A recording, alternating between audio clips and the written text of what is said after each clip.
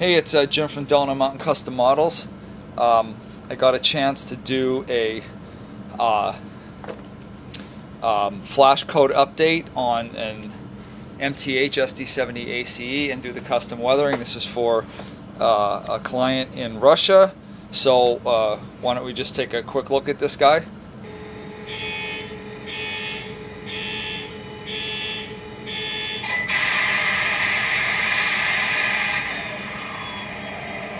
And there you can see the number boards, the headlights, and then the ditch lights go on when the engine goes on. And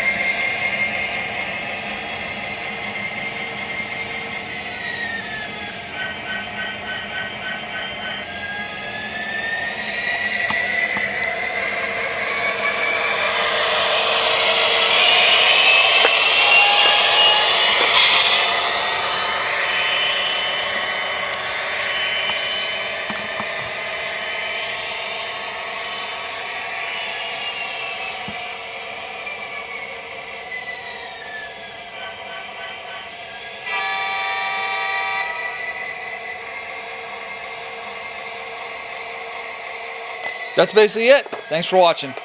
Bye.